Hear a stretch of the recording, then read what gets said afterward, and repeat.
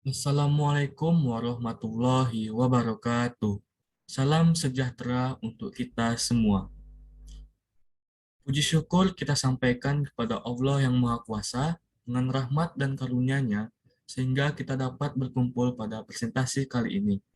Perkenalkan, nama saya Abib Hidayat dengan NIM 2123145 dari jurusan Pendidikan Ilmu Pengetahuan Alam. Yang saya hormati, Ibu dosen pengajar, yaitu Ibu Ganda Hijrah Selaras SPD MPD, dan yang saya banggakan teman-teman yang hadir pada presentasi kali ini. Di sini saya tidak sendiri, saya akan ditemani oleh Fahri Raza yang akan menjelaskan materi ini di akhir video. Baiklah, pada kesempatan kali ini, saya akan memaparkan sebuah materi pada mata kuliah biologi umum, yaitu tentang sel sebagai unit dasar kehidupan.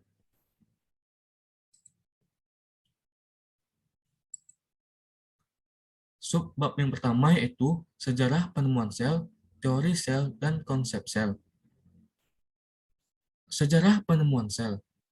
Pada tahun 1665, seorang yang bernama Robert Hooke mengamati sayatan gabus dari batang Quercus suber menggunakan mikroskop.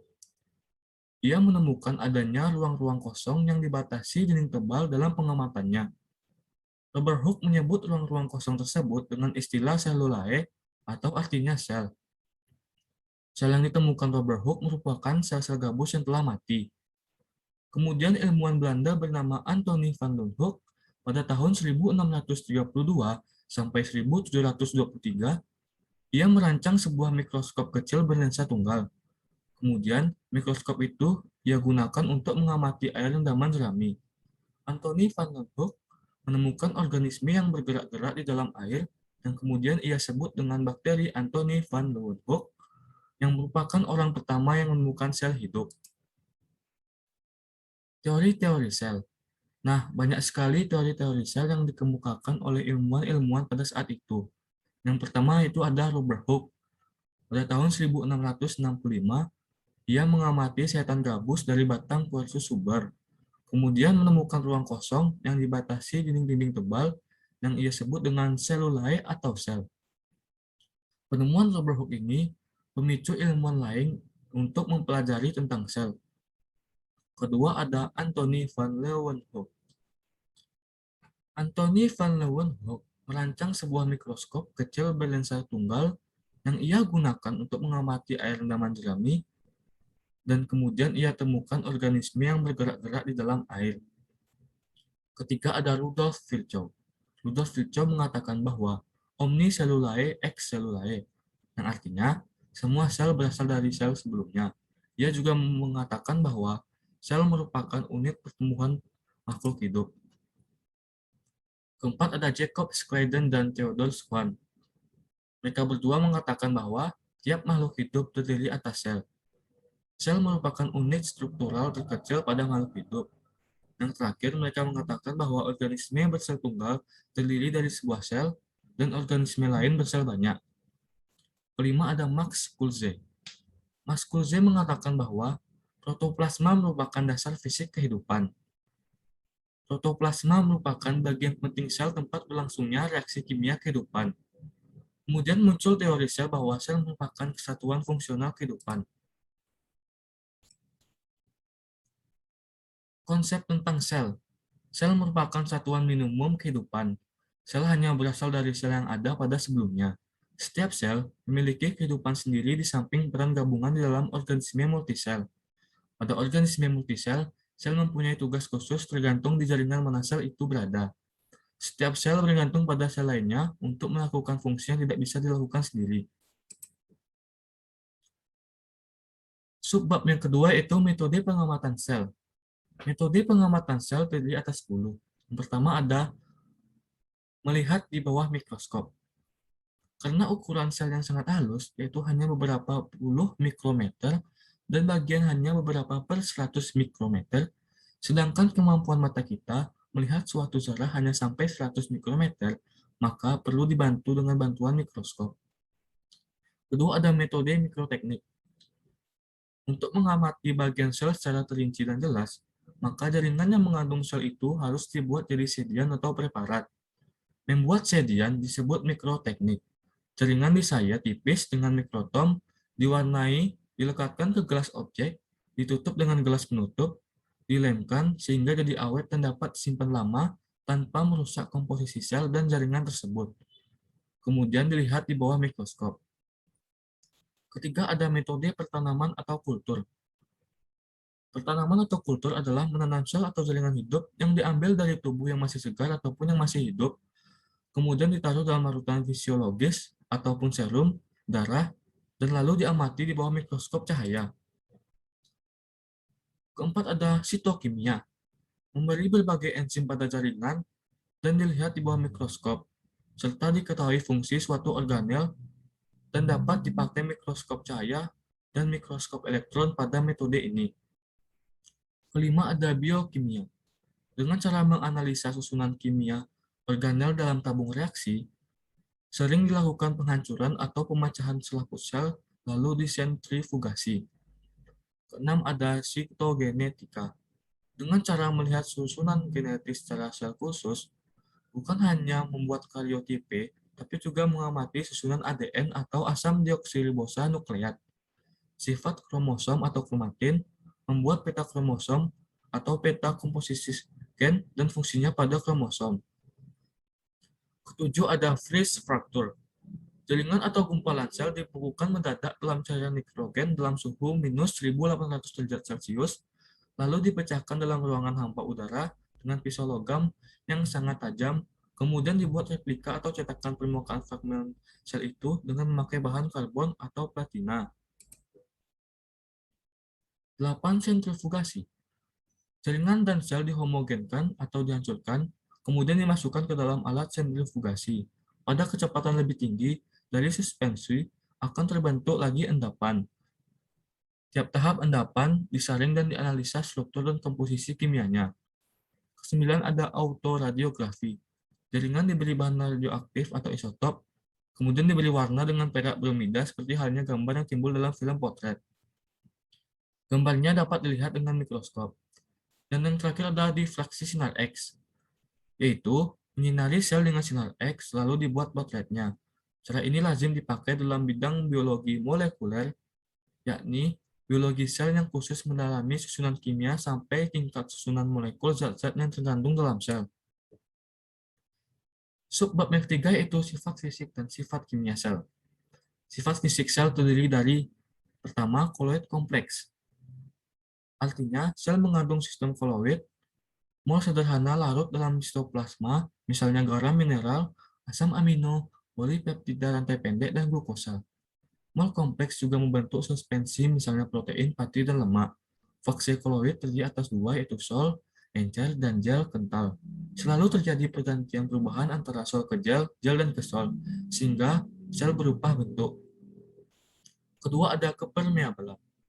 Sel sendiri bersifat semi-permeabel. Kepermeabelan sendiri ditentukan oleh besar molekul, kelarutan dalam air atau lemak, dan perbedaan muatan listrik. 3. Transport zat. Transport zat pada sel meliputi difusi, osmosa, filtrasi, transfer aktif, dan sitosis. Keempat, ada potensial listrik, yaitu gaya yang dibutuhkan suatu sel untuk melalui kegiatan. Sifat kimia sel. Yang pertama ada komponen organik, terdiri atas karbohidrat. Karbohidrat terdiri atas unsur C, H, dan O dengan rumus empiris CnH2O(N). Dalam sebuah sel, karbohidrat berfungsi sebagai pembentuk struktur sel, komponen penyusun DNA, serta untuk menghasilkan energi. Kedua ada protein. Protein disusun oleh asam amino dan berperan sebagai salah satu penyusun membran sel, membantu transport substansi tertentu dan mempercepat reaksi kimia dalam sel. Reaksi kimia tersebut terjadi dalam bentuk protein fungsional, yaitu enzim. Yang ketiga ada lemak. Lemak tersusun oleh asam lemak dan gliserol. Lemak berfungsi sebagai komponen utama penyusun membran plasma. Keempat ada asam nukleat. Asam nukleat tersusun oleh nukleotida. Asam nukleat terdiri dari DNA dan RNA. Asam nukleat itu sendiri berperan dalam mengatur perwarisan sifat dan sintesis protein. Dua komponen anorganik. Komponen anorganik yang pertama adalah air. Air merupakan komponen kimiawi sel yang mengkomposisikan paling banyak. Fungsi air dalam sel adalah sebagai pelarut bahan organik dan anorganik serta mempercepat reaksi biologi dalam sel. Kedua ada vitamin. Dalam sel, vitamin berperan dalam sebagai katalisator yang berfungsi untuk mempercepat reaksi kimia dalam sel. Macam-macam vitamin diantaranya adalah A, D, E, K, B, dan C. Ketiga, mineral. Komponen anorganik yang terakhir adalah mineral. Mineral berperan dalam aktivitas metabolisme sel, pengatur kerja enzim, serta memelihara tekanan osmosis sel. Baiklah, pada materi subbab yang keempat ini, struktur dan fungsi sel, dan subbab yang kelima, transport zat pada sel, akan dijelaskan oleh rekan saya, yaitu Fahri Raza. Sekian dari saya. Apabila ada perkataan yang salah dan kurang sopan, saya mohon maaf. Saya menyadari bahwa presentasi ini jauh dari kata sempurna. Semoga presentasi yang saya sampaikan dapat bermanfaat bagi teman-teman semua. Saya akhiri dengan Assalamualaikum warahmatullahi wabarakatuh. Assalamualaikum warahmatullahi wabarakatuh. Perkenalkan, nama saya Fahri Raza dari kelompok 2. Saya akan melanjutkan materi yang telah dibawakan oleh Habib Hidayat, yaitu struktur dan fungsi sel dan transport zat pada sel. Struktur dan fungsi sel. Perbedaan sel prokariotik dan sel eukariotik. Sel prokariotik memiliki ukuran diameter lebih kecil, yaitu 1-10 mikrometer. Sedangkan sel eukariotik memiliki ukuran lebih besar, yaitu 10-100 mikrometer. Selanjutnya, inti sel. Sel prokariotik memiliki inti sel yang bernama nukleoid, sedangkan sel eukariotik memiliki inti sel yang bernama nukleus. Sel prokariotik memiliki penutup sel berupa kapsul, sedangkan sel eukariotik memiliki penutup sel dinding sel, yaitu dinding sel, yang hanya ada pada tumbuhan.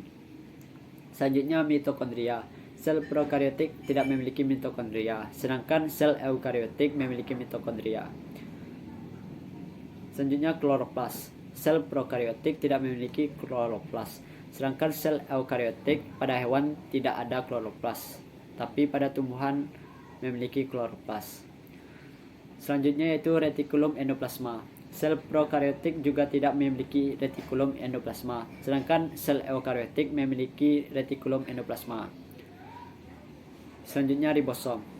Sel prokariotik memiliki ribosom walau hanya ukurannya kecil, sedangkan sel eukariotik memiliki ribosom.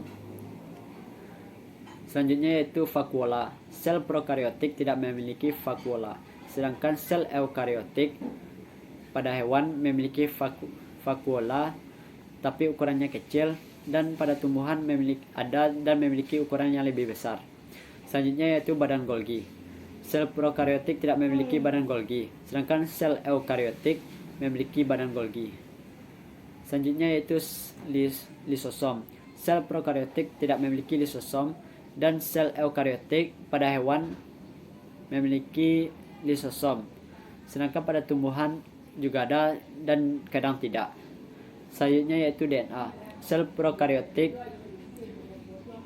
DNA-nya berbentuk cincin bercampur dengan sitoplasma, sedangkan sel eukariotik pada hewan DNA berbentuk pita spiral ganda atau double helix pada inti dan mitokondria, sedangkan sel eukariotik pada tumbuhan DNA-nya berbentuk pita spiral ganda atau double helix pada inti, mitokondria, dan kloroplas. Struktur sel prokariotik. Yang pertama, dinding sel, tersusun dari peptidoglikan, lipid, dan protein. Dinding sel berfungsi sebagai pelindung dan pemberi bentuk tubuh. Yang kedua, membran plasma, tersusun dari molekul lipid atau protein. Membran plasma berfungsi sebagai pelindung molekuler sel terhadap lingkungan di sekitarnya. Yang ketiga, sitoplasma, tersusun dari air, protein, lipid, mineral, dan enzim-enzim. Enzim-enzim untuk mencerna makanan secara intraseluler dan untuk melakukan proses metabolisme sel. Yang keempat yaitu mesosom, berfungsi sebagai penghasil energi. Pada membran mesosom terdapat enzim-enzim pernapasan yang berperan dalam reaksi-reaksi oksidasi untuk menghasilkan energi. Yang kelima, ribosom. Ribosom berfungsi sebagai tempat berlangsungnya sintesis protein. Yang keenam, DNA. Tersusun dari gula deoksiribosa, fosfat, dan basa-basa nitrogen. DNA berfungsi sebagai pembawa informasi genetik, yaitu sifat-sifat yang harus diwariskan kepada keturunannya. Yang ketujuh, RNA merupakan persenyawaan hasil dari transkripsi DNA. RNA berfungsi membuat kode-kode genetik suatu pesanan DNA, kemudian akan diterjemahkan dalam bentuk urutan asam amino dalam proses sintesis protein. Yang kedua, struktur sel eukariotik. Yang pertama, membran plasma berfungsi sebagai pelindung isi sel, mengatur keluar masuknya molekul-molekul, dan menerima rangsangan dari luar atau sebagai reseptor. Yang kedua yaitu sitoplasma. Sitoplasma berfungsi sebagai tempat penyimpanan bahan-bahan kimia yang penting bagi metabolisme sel seperti enzim, ion, gula, lemak, dan protein. Tempat berlangsung kegiatan pembongkaran dan penyusunan zat-zat melalui reaksi-reaksi kimia, misalnya proses pembentukan energi, sintesis asam lemak, asam amino, protein, dan nukleotida, serta menjamin berlangsungnya pertukaran zat agar metabolisme berlangsung dengan baik. Yang ketiga, nukleus. Nukleus berfungsi mengendalikan seluruh kegiatan sel, misalnya metabolisme, mengeluarkan RNA dan unit ribosom dari inti ke sitoplasma, mengatur pembelahan sel, dan membawa informasi genetik. Di dalam nukleus terdapat DNA yang mengandung informasi genetik atau sifat-sifat yang dapat diwariskan. Yang keempat, sentriol. Sentriol merupakan organel yang dapat dilihat ketika sel mengadakan pembelahan. Pada fase tertentu dalam daur hidupnya, sentriol memiliki silia atau flagella.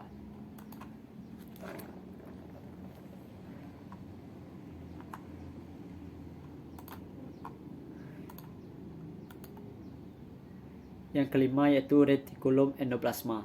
Berfungsi sebagai penampung sintesis protein untuk disalurkan ke kompleks Golgi dan akhirnya dikeluarkan dari sel, menyintesis lemak dan kolesterol, menawarkan racun, misalnya Ra yang ada dalam sel-sel hati, dan jalan transport dalam memindahkan molekul-molekul dari bagian sel yang satu ke bagian yang lain. Yang keenam, ribosom. Ribosom berfungsi untuk menyintesis protein. Ribosom sendiri disintesis oleh nukleolus. Yang ketujuh, kompleks Golgi, yaitu berfungsi menambahkan glioksilat pada protein sehingga terbentuk lipoprotein sebagai organel sekretori, membentuk glikolipida, membentuk dinding sel tumbuhan, dan membentuk lisosom. Yang kedelapan, lisosom. Lisosom merupakan membran berbentuk kantong kecil yang berisi enzim hidrolitik yang disebut lisosin. Enzim ini berfungsi dalam pencernaan intrasel, yaitu mencerna zat-zat yang masuk ke dalam sel. Yang kesembilan, badan mikro. Terdiri atas dua, yaitu peroksisom dan glioksisom. Peroksisom terdapat pada sel hewan dan sel tumbuhan, sedangkan glioksisom hanya terdapat pada sel tumbuhan, terutama pada jaringan yang mengandung lemak seperti biji-bijian berlemak. Selanjutnya yaitu mitokondria. Mitokondria mempunyai dua membran, yaitu membran luar dan membran dalam. Struktur membran luar mirip dengan membran dalam. Pada membran dalam terjadi pelekukan ke arah dalam membentuk kista. Dengan adanya kista ini, permukaan membran dalam menjadi semakin luas sehingga proses respirasi sel menjadi efektif. Yang ke-11, mikrotubulus dan mikrofilamen. Mikrotubulus dan mikrofilamen menyusun struktur rangka sel yang disebut sitoskeleton. Pada organisme multiseluler, sitoskeleton disusun oleh mikrotubulus, mikrofilamen, dan filamen intermediate.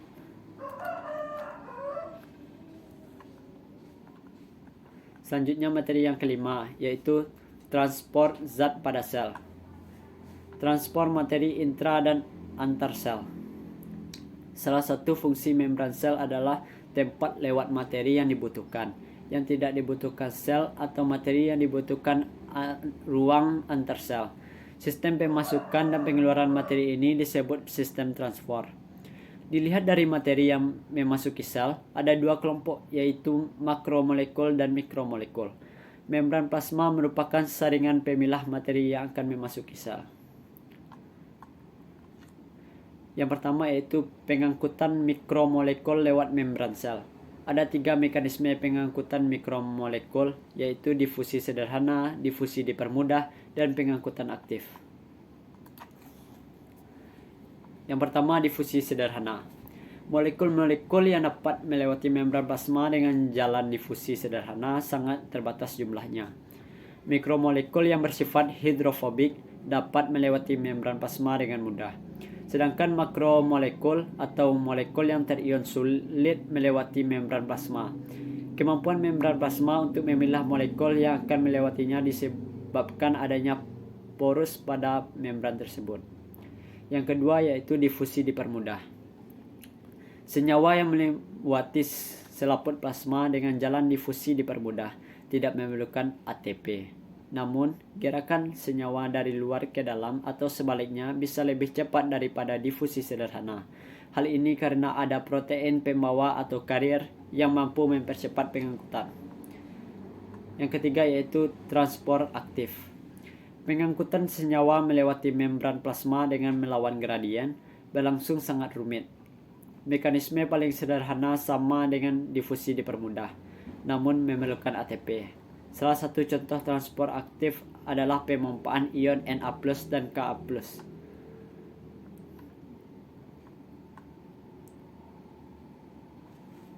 Selanjutnya yang B, pengangkutan makromolekul lewat membran sel. Makromolekul bisa berupa protein, polinukleotida, polisakarida, atau mikroorganisme.